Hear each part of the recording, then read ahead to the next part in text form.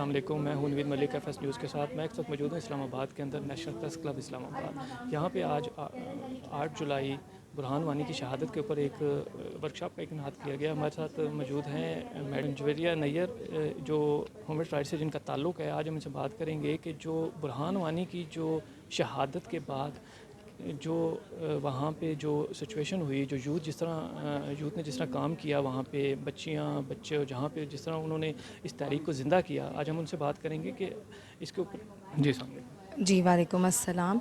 मैं सिर्फ इतना कहूँगी कि बुरहान वानी ने बहुत बड़ा काम किया है, अपना एक मुल्क के लिए अपने आप को निछावर कर दिया है। तो हम दिल से उनकी कदर करते हैं, इज़्ज़त करते हैं और वो फ़ख्र है हमारा और पूरे कश्मीर का, पाकिस्तान का। सो कश्मीर बनेगा पाकिस्तान। अच्छा, हमें ये बताइएगा कि जो मकबूजा कश्मीर के इस वक्त जो ख़वातीन जो इस वक्त एक आज़ादी की जंग लड़ रही हैं, जहाँ बच्चों को भी शहीद किया जा रहा है, ख़वातीन की जो बेगुनमती भी की जा रही है, तो आप उनके लिए क्या मैसेज देना चाहेंगे?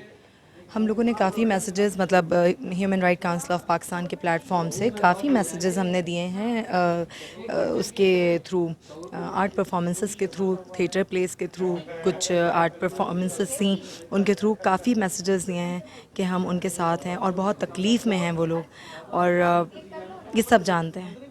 बहरहाल हमारी दुआएं हैं कि अल्लाह ताला उनके परेशानियों को दूर फरमाए और कश्मीर को आज़ाद करे। शुक्रिया।